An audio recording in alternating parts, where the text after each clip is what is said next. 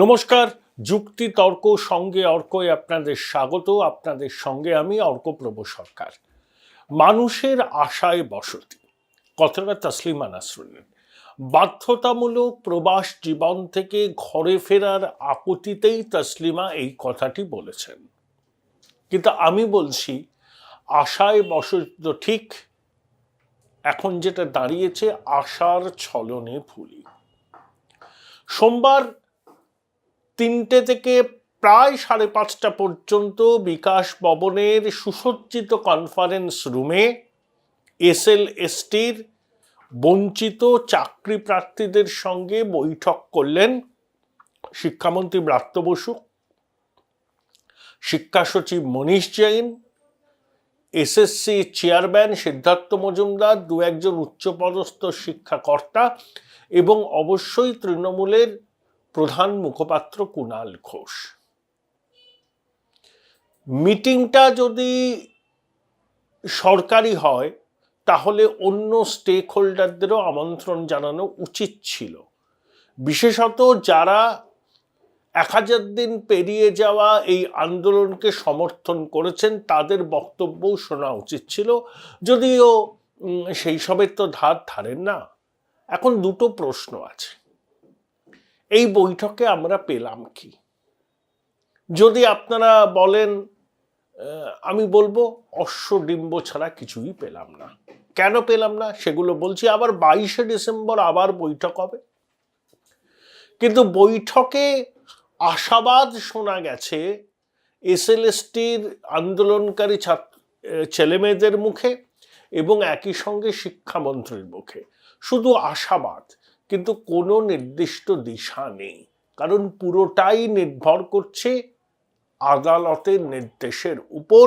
এই সহজ সত্যটা যদি বলে দেয়া যেত ওই এসএলএসটির বঞ্চিত চাকরি প্রার্থীদের, তাহলে হয়তো তারা বুঝতে পারতেন তাদের অবস্থানটা এখন কোথায়। কল্যাণ বন্দ্যোপাধ্যায়, তিনি আইনটা ভালোই জানেন, আইনজীবী হিসাবে তার যথেষ্ট সুনাম আছে। তিনি বলেছেন যে একটা প্যানেলের বৈধতা 1 বছর থাকে, তারপরে সেই প্যানেল নন এক্সিস্টেন্ট হয়ে যায়। তিনি চ্যালেঞ্জ করেছেন, এমন কোনো আইন আছে কি যেটা দেখাতে পারবেন যে একটা প্যানেল 1 বছরের পরে বৈধ থাকে? তখন থেকে জিজ্ঞাসা করা হয়েছিল, এই প্যানেল থেকে 18, 19, 20 সালেও নিয়োগ হয়েছে। তখন তিনি দর্থহীন ভাষায় জানিয়েছেন সেই নিয়োগগুলো নিশ্চয়ই আইনি পথে হয়নি। তাহলে কল্যাণ বন্দ্যোপাধ্যায় শাসক দলের সাংসদ, মমতা বন্দ্যোপাধ্যায়ের ঘনিষ্ঠ, তিনি সরাসরি বললেন যে 2016 সালের প্যানেলের অস্তিত্ব এখন থাকে কি করে? আইনে সেই প্যানেলের কোনো অস্তিত্ব থাকার কথা নয়, মানে আইন মানলে পরে। আবার অভিষেক ঘনিষ্ঠ কুণাল ঘোষ এবং ব্রাত্য বসু যে বৈঠকটা করলেন তাতে আশাবাদের ঝলক দেখলাম। প্রথম কথা, বছর দেড়েক আগে, আমার তারিখটা মনে নেই, এসএসসির আইনজীবীরা কলকাতা হাইকোর্টের মাননীয় বিচারপতি অভিজিৎ গঙ্গোপাধ্যায়ের এজলাসে বলেছিল যে তারা সুপার নিউম্যারিক পোস্ট তৈরি করতে চান। উদ্দেশ্যটা কি ছিল? যে যারা চাকরি গেছে, মানে যাদের বেআইনিভাবে চাকরি তারা পেয়েছিলেন, আদালতের নির্দেশিত চাকরি গেছে, তারাও যাতে চাকরিটা বাঁচাতে পারেন, আর যারা বঞ্চিত চাকরি প্রার্থী তারাও যাতে চাকরিটা পেতে পারেন, সেই জন্য সুপার নিউম্যারিক পোস্ট রাজ্য সরকার তৈরি করবে বলে আদালতে হলফনামা দিয়েছিল। মাননীয় বিচারপতি অভিজিৎ গঙ্গোপাধ্যায়, তিনি তো দীর্ঘদিন এসএসসির আইনজীবী ছিলেন, তিনি শিক্ষা দপ্তরের বিষয়টা ভালো জানেন। তিনি সঙ্গে সঙ্গে বুঝতে পেরেছিলেন যে কোথাও কোনো একটা গন্ডগোল হচ্ছে। তিনি সঙ্গে সঙ্গে জানতে চান যে এই সিদ্ধান্তটা কোত্থেকে হয়েছে, কে বা কারা নিয়েছে, এবং এ সম্পর্কিত কাগজপত্র সেদিন বিকেলের মধ্যে আদালতে জমা দিতে হবে। এসএসসির আইনজীবী পরে এসে বলেন যে তারা আগের হলফনামাটা প্রত্যাহার করছেন। এসএসসির মতো একটা স্বয়ংশাসিত সংস্থার আইনজীবী কয়েক ঘন্টার ব্যবধানে দুরকম কথা বললেন। তখন মাননীয় বিচারপতি অভিজিৎ গঙ্গোপাধ্যায় সিবিআই তদন্তের নির্দেশ দিয়েছিলেন। শুধু এই বিষয়টা নিয়ে যে সুপার নিউম্যারিক পোস্ট তৈরির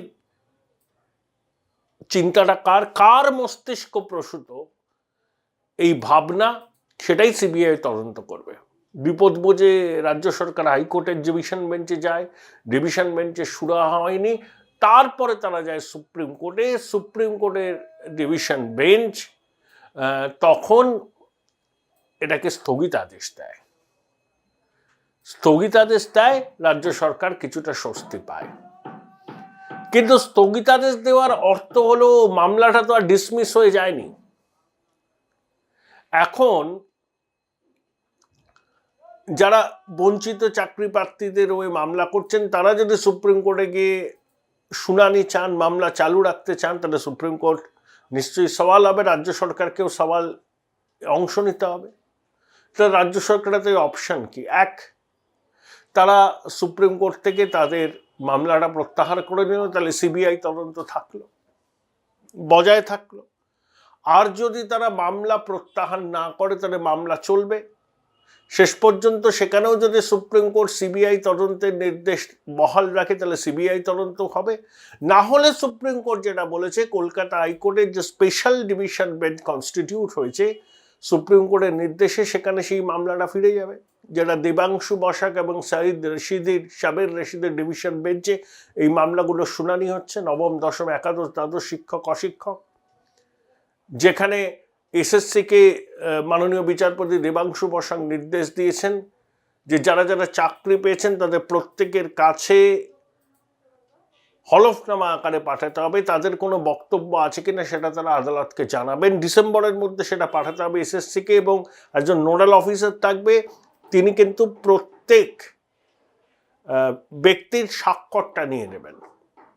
অর্থাৎ একটা অভিযোগ উঠেছিল না, যে যাদের চাকরি হাইকোর্টের নির্দেশে বাতিল হয়েছিল তাদের কথাই শোনা হয়নি। এখন মাননীয় বিচারপতি দেবাংশু বসাক প্রত্যেককে নোটিশ পাঠিয়ে জানাতে বলেছেন, তাদের যদি কোনো বক্তব্য থাকে তারা আদালতে একটা নির্দিষ্ট দিনের মধ্যে জানাতে পারেন, এবং তারা নোটিশ পেয়েছেন কিনা সেটা তাদের সই করে জানাতে হবে। সেটা হলেই তবে তারা ডিসেম্বরের মাইনা তাদের অ্যাকাউন্টে জানুয়ারিতে ঢুকবে।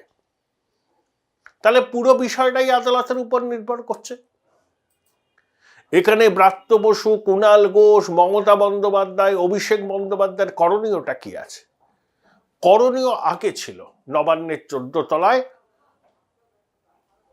যখন প্রাক্তন শিক্ষামন্ত্রী, এসএসসির প্রাক্তন কর্তা, মধ্যশিক্ষা পর্ষদের প্রাক্তন কর্তা, কিছু অফিসিয়াল এরকম বেলাগাম দুর্নীতি করেছে, তখন নবান্নের 13-14 তলা কিছুই জানতো না।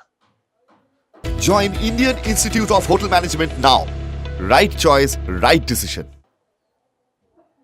রাজ্যের গোয়েন্দা দপ্তর জানতো না, পুলিশ জানতো না, অন্য কেউ জানতো না, পার্থ, কল্যাণময়, সুবীরেশ, মানিক, শান্তিপ্রসাদ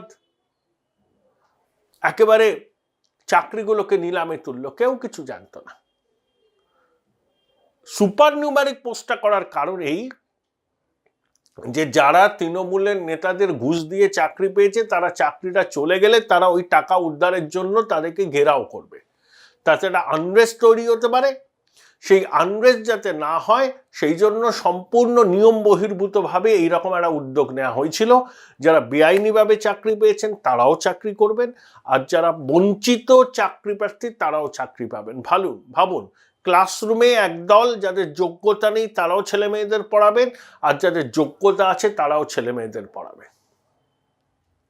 এরকম উদ্ভট সিদ্ধান্তের কথা ভূভারতে কেউ কখনো শুনেছে? কিন্তু আমরা শুনছি, এগুলো শুনতে আমরা অভ্যস্ত হয়ে গেছি। কারণ পুরোটাই একটা মাৎসর ন্যায়, ফাংশনাল অ্যানার্কি।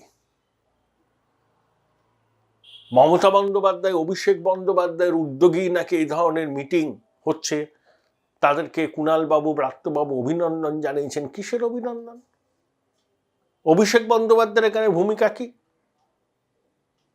মমতা বন্দ্যোপাধ্যায়ের ভূমিকা কি? তার প্রাক্তন শিক্ষামন্ত্রী পার্থ চট্টোপাধ্যায়ের আমলে এরকম দুর্নীতি হয়েছে, বেলাগাম দুর্নীতি, তার প্রশাসন কিছুই জানতে পারেনি। এখনো তিনি বলছেন বিশ্বাস করি না, পার্থ চোর, মানিক চোর, কেষ্ট চোর। তাহলে তার উদ্যোগে কিভাবে এই ধরনের বৈঠক হয়? মানে তৈলমর্দন করতে করতে করতে করতে এরা নত্যসত্ত্ব জ্ঞান হারিয়ে ফেলেছেন। আবার মুখ্যমন্ত্রীর সঙ্গে এক বন্ধনীতে ছোটবাবুকেও রাখতে হয়, না হলে দলের অভ্যন্তরে নম্বর কমে যাবে। জ্বর তো কাটানোর কোনো দিশা তো দেখা গেল না, শুধু প্রতিশ্রুতি, শুকনো কথা, সরকার সহানুভূতিশীল। 1000 দিন পেরিয়ে যাওয়ার পর সহানুভূতির কথা মনে পড়ল অগাস্ট মাসে, মানে 2022-এর অগাস্ট সেপ্টেম্বরে, যখন অভিষেক বন্দ্যোপাধ্যায়ের ক্যামাক ট্রেডের অফিসে ব্রাত্য বসু, কুণাল ঘোষের উপস্থিতিতে বৈঠক হয়েছিল। তারপরে এতগুলো মাস কেটে যাওয়ার পরেও কোনো অগ্রগতি হয়নি। তা এরপরে অগ্রগতি হবে তার গ্যারান্টি কি? ভোট দরজায় কণা নাড়ছে বলে একটি মেয়ে তার চুল কেটে ফেলেছে বলে, একটা সমাজে একটা আলোড়ন পড়েছে বলে হঠাৎ করে মনে হলো তৃণমূলে, তাই কুণাল বাবু চলে গেলেন। তড়িগড়ি বৈঠক, কুণাল বাবুর মোবাইল থেকে ব্রাত্যবাবুর সঙ্গে কথোপকথন, আবার বৈঠক। এতদিন ঘুমোচ্ছিলেন। সুরাহাটা কি? যা হবে তো আদালতে হবে। আপনাদের ভূমিকা কি এখানে? আপনাদের ভূমিকা তখনই থাকতো যখন আপনারা যারা বেআইনিভাবে চাকরি পেয়েছে তাদের চাকরিগুলোকে নট করে দিতেন, এবং যারা বঞ্চিত, যারা মেধা তালিকায় যাদের নাম থাকা সত্ত্বেও চাকরি পাননি, তাদের চাকরিটা দিতেন। কিন্তু আপনারা সেটা করেননি, করা সম্ভব নয়। কারণ যাদের চাকরি চলে যাবে, তারা যে টাকা দিয়ে চাকরি পেয়েছে, সেই টাকাগুলো উদ্ধার করার জন্য তারাও তো সক্রিয় হবে। তখন তারা আনরেস্ট তৈরি হবে। সেই আনরেস্ট তৈরি যাতে না হয়, সেই জন্যই সুপার নিউম্যারিক পোস্টের এই উদ্যোগ। জট আপনারা পাকিয়েছেন, জট খুলতে গিয়ে জটকে আরো পাকিয়ে দিয়েছেন। এখন পুরো বিষয়টা আদালতের উপর নির্ভরশীল। আদালত কি সিদ্ধান্ত নেবে আমার পক্ষে বলা সম্ভব নয়, কারোর পক্ষে বলা সম্ভব নয়। তবে কল্যাণবাবু যে কথাটা বলেছেন সেটা প্রণিধানযোগ্য, যে এমন কোনো আইন আছে কি, তিনি চ্যালেঞ্জ করেছেন, কোনো আইন থাকলে তাকে যেন দয়া করে দেখানো হয় যে একটা প্যানেলের বৈধতা 1 বছরের পরেও। তাহলে কল্যাণবাবু হঠাৎ করে এই প্রসঙ্গটা তুললেন এবং খোলাখুলি নিজের মত জানালেন, এটা কি তার নেত্রীর নির্দেশে? আর বিকাশ ভবনের বৈঠকটা, লোক দেখানো বৈঠকটা হলো ছোটবাবুর নির্দেশে? কল্যাণবাবুর কাছে তার নেত্রী যার নির্দেশ তিনি মেনে চলেন, শিরোধার্য মনে করেন তিনি মমতা বন্দ্যোপাধ্যায়। অন্য কাউকে তিনি খুব একটা পাত্তা টাত্তা দেন না, এটা খোলাখুলিভাবে বলেন। সেই জন্য ছোটবাবু খুব গোসা, ইয়ারা পারেন যে তাকে কেন ফুল বেলপাতা দিচ্ছেন না কল্যাণবাবুরা। আর কুণাল বাবু ছোটবাবুর ঘনিষ্ঠ, ব্রাত্যবাবু ছোটবাবুর ঘনিষ্ঠ, তাই কুণাল ঘোষের উজ্জ্বল উপস্থিতিতে শিক্ষামন্ত্রীর 2.5 ঘন্টা বৈঠকের শেষে অভিষেক বন্দ্যোপাধ্যায়ের জয়ধ্বনি চাঁদ সওদাগরের মনসা পুজো করার মতো হলেও মমতা বন্দ্যোপাধ্যায়ের নামটাকে মুখে আনা, আর তার পাশাপাশি কল্যাণ বন্দ্যোপাধ্যায় সরাসরি চ্যালেঞ্জ, এই প্যানেলের অস্তিত্বই কি করে থাকে আইনের চোখে। জলটা ঘোলা হলো না? জট কাটলো? ছেলেমেয়েগুলো কি মুখ নিয়ে ফিরল? সান্ত্বনা যে মন্ত্রীর সঙ্গে দেখা হয়েছে, মন্ত্রী আশ্বাস দিয়েছে, আশ্বাসে চিড়ে বেচবে। কত আশ্বাস এরা পেয়েছেন। আমাদের সহনাগরিকরা একটা ন্যায্য চাকরির দাবিতে 1000 দিন কাটিয়ে ফেলল রাজপথে, ঝড় বৃষ্টি জল রোদ উপেক্ষা করে। এখন ঠান্ডা পড়ছে, এই তো পরিস্থিতি। দয়া করে এই ছেলেমেয়েগুলোকে ঠকাবেন না। যেটা সত্যি কথা সেটা সৎভাবে বলুন। হয়তো ইনিশিয়াল রিপার্কেশন হবে, কিন্তু পরিস্থিতি থিতিয়ে গেলে সবাই বুঝতে পারবে না, অন্তত সরকার যেটা সত্যি সেটাই জানিয়েছে।